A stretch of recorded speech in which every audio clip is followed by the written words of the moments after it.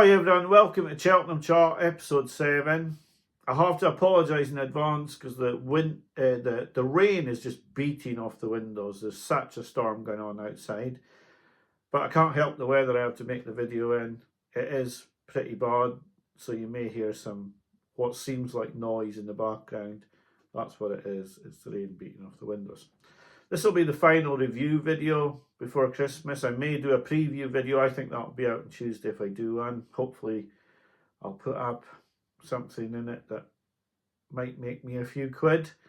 I don't expect anyone to follow it in, but like I might put a bit up on it that I've done. Me, myself. Not for everyone else to put off, but to look at and say, I don't fancy that, or I do. In this episode, I'm going to review just a couple of bumpers, and then I'm going to talk about, I think I got misinterpreted last week about the Ante Post being dead. I do think that myself, and it was not to do with the not that's nice bet that didn't win in its prep race. It's just how I'm feeling about Ante Post. Even when I look during the week at the handicaps for the weekend, I do get this feeling that everything's priced too tight now, and so I'd rather have all the information and then I can make my choices from there. So I'll get on to these two bumpers. Like I say, look out for that preview video. I'll get on to the two bumpers now and then the Ante Post piece. So like I said, in everything, you're not going to put an Ante Post bet off unless you get the absolute wow factor of something that you think, I have to back that for Cheltenham. I have to. Did I get that after Calypso's chance? Won at Navan? I didn't. I have to say it was a good performance, but I didn't feel I wanted to part with my money after the win. I still find it very strange that Patrick Mullins rode that horse for Gordon Elliott. It does give them a sort of in into what Gordon's bumper horses are like, and yeah, I would imagine Willie will have something very good that comes out around Christmas. Well, that remains to be seen, but he's already got future prospect. But I think in truth, although Calypso's chance shot clear, showed a good turn of foot, he's just not for me in the champion bumper. That bumper has got a good record of churning out good horses for the champion bumper. I just don't fancy Calypso's chance. Excuse me. So on to the one that just absolutely did give me the wow. It really did. But I managed to contain myself. I didn't back this for the Cheltenham bumper. I wanted to, but then I had to pull myself right in because this was a British horse. British horses don't usually win the bumper. And I was reminding myself of L'Eau de Sud winning the Arkle trial and me getting excited and thinking that might be an Arkle horse, and now Sergino might be running Mudge, but has already come out and run really well, and then L'Eau de Sud's come out since and not looked quite as exciting, and I knew. So when I saw this bumper performance, I thought, no, stop. Don't back that yet. Just wait and see, because likely something will come out at Christmas and blow your mind and you'll be wishing you never backed this horse. But before the bumper at Ascot, I was really keen on the skeleton horse, Mani Garo. And I thought, I might have a punt on that. I'd liked his debut at Chepstow. And the price was holding up quite nice at 5-2, and I was quite keen, but I did expect it to be backed, and as the day progressed and the price just held up, I was noticing another horse being backed, but to me, I was looking at it going, David Pipe, no. But as it got closer to the race, this Pipe horse just seemed to be getting back to the exclusion of the others. There was no drift on Mani Garo. But yeah, it was a bit of a worry. But the race wasn't a race, really. Mani Garo was ridden to win a normal bumper, held up at about 6th by Skelton, who never really takes him out in front. But this Beneath My Wings was just there, sauntering along in the lead, and it was going awful well for furlongs out. And I was starting to think, I think we need to make a bit of ground on that thing now, but no. No, and then as it looked like they were coming towards the turn in, about 2.5 out, this thing stole a 4 length lead, and still Skelton hadn't got out on Manigaro. I'm not blaming Skelton for this defeat, just so you know, but I was certain during the race, I'm thinking, you need to get a bit closer now. But the truth is that this Wind Beneath My Wings took the 4 length lead into a 6 length lead, and just without even being touched with a whip, made it 8, 10, 12, and could have been anything it wanted, and ran away from the field. It was a stunning performance. And my first instinct was, what can I back that for at Cheltenham? What price can I get? But Chapman was all over it. He was shouting the rooftops down as he was going into the paddock. And I know I'd seen, for a British bumper horse, this was a spectacular performance.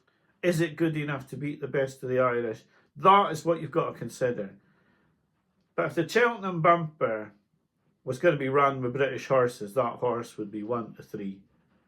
I truly believe that, even against Fortune de Mer. There's no way Fortune de Mer's getting near that for me. That was a stunning performance. There were really fancied horses, good horses in there that won bumpers. I saw the interview with Pat Flynn, who'd had the horse before it went to England, and he said he thought the horse was special. Oh, I was blown away. I was stunned at how it won. He never even looked at taking the whip to it. It was going further and further ahead from good horses. I mean, I'm not saying that the Irish can't beat it, because they probably can. But in terms of a British bumper, this was a strong, strong British bumper. And he has ripped them to pieces. It was stunning. I was so impressed. I really was. I know I'm not backing it for Cheltenham. I'm not putting it on the videos, but I was impressed. I can't say I wasn't impressed, because I truly was impressed with this performance. I thought it was, for a British bumper, it was an outstanding, outstanding performance. Okay, so last week I said that Ante Post was dead. Now, in making these videos, I'm just saying what I think, and that's all I can do.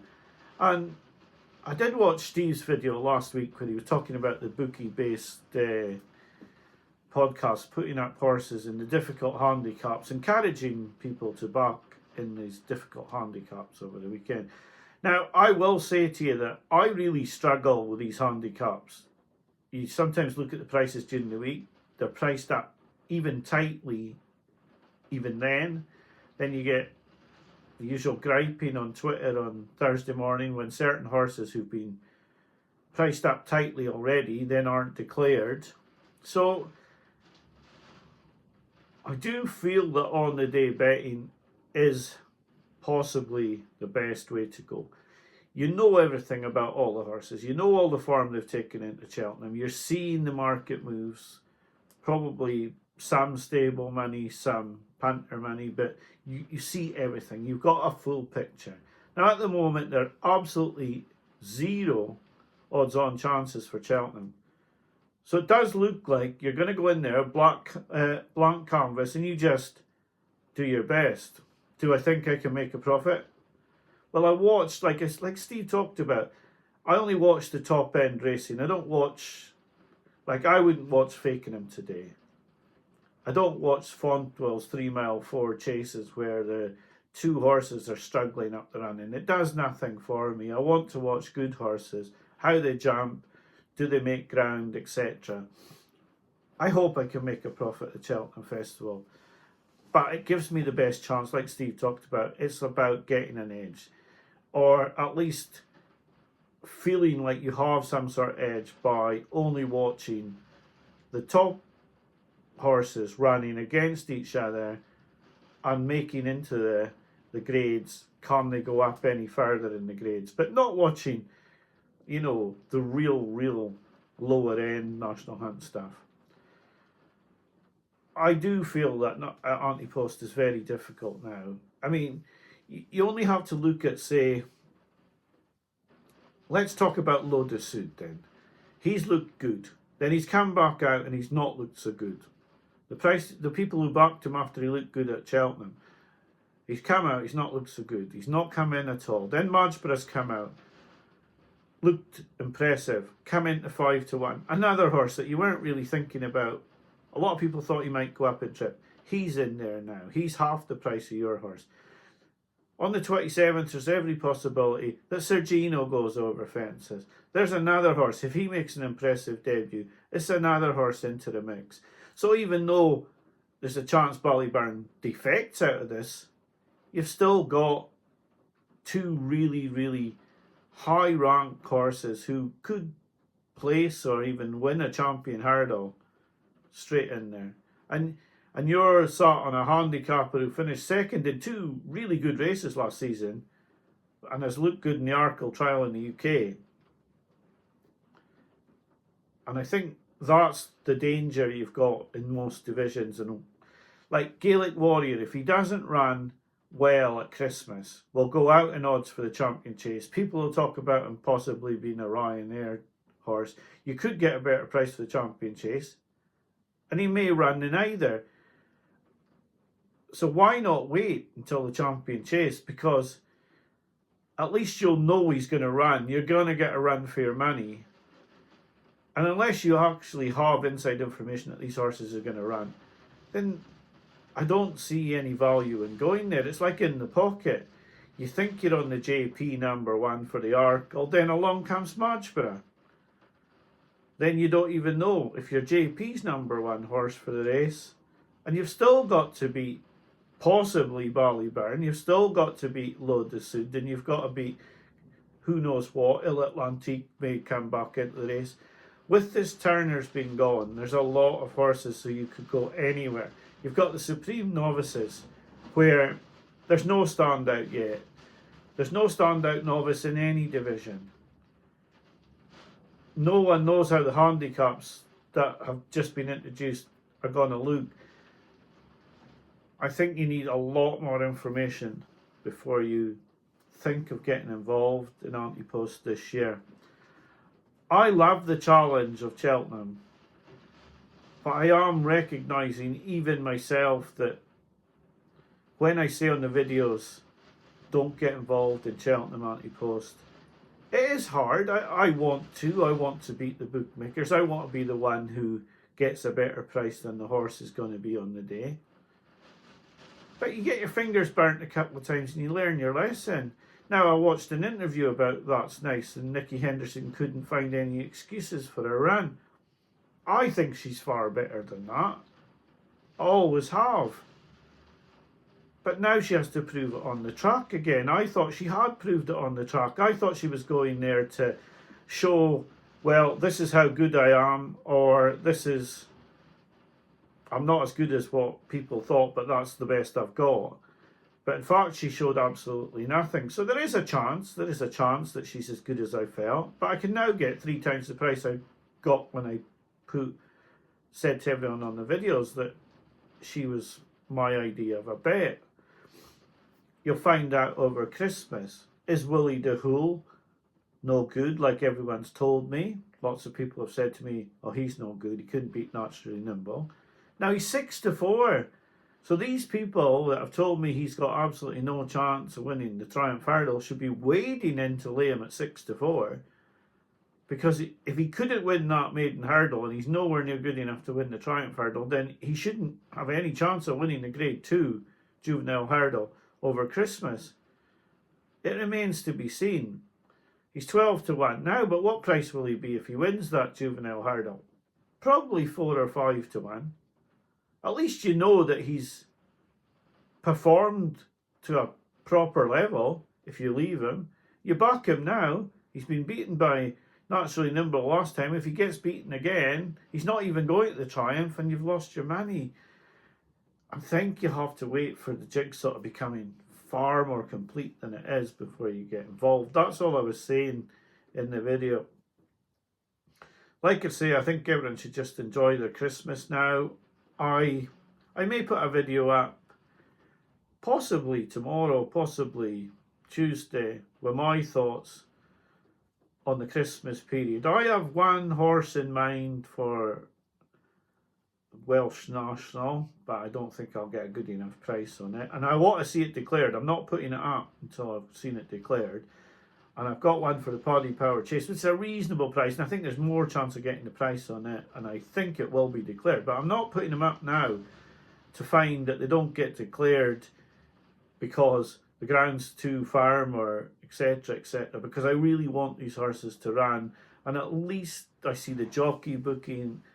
And if I've made a mistake and they aren't good enough, then maybe I'm going to lose 2 points. But I'm not going to put them up now and risk that they don't even get declared. A lot to come over the Christmas period. Really looking forward to Spillon's Tower. And I have to say one thing. Where has this myth come about Spillon's Tower having to have soft ground? I see these people, these shrewd judges, are saying, oh, they don't want Spillon's Tower to run because they think it can win. But then they're putting up Lahon Press. Now, Lahon Press is a soft ground horse. Yet they're saying, oh, Spillon's Tower needs soft ground. I don't think he does need soft ground. But Lahon Press, who's a mud lover, doesn't suddenly need soft ground. I don't know where these people are coming from, some of them. I know where they're coming from. They want to try and sort of create a narrative that Spillon's Tower shouldn't run because they don't want it in the race because they've got an Ante Post bet on something else. I hope the horse does run because I feel he would have a fantastic chance. It would be great for one of these small yards to win this race. I would love for someone like Jimmy Mangan to win the King George. But wanting things to happen doesn't make it happen, so we'll just have to see on the day. I'll be back to you with the preview. Like I say, enjoy your Christmas. Have a great time. It's a special time of year. I'll be back to you with a preview, and then Cheltenham Chart next week's going to have a big review, and a lot of the markets are going to look very, very different this time next week. Enjoy your Christmas. Thanks for watching. Bye for now.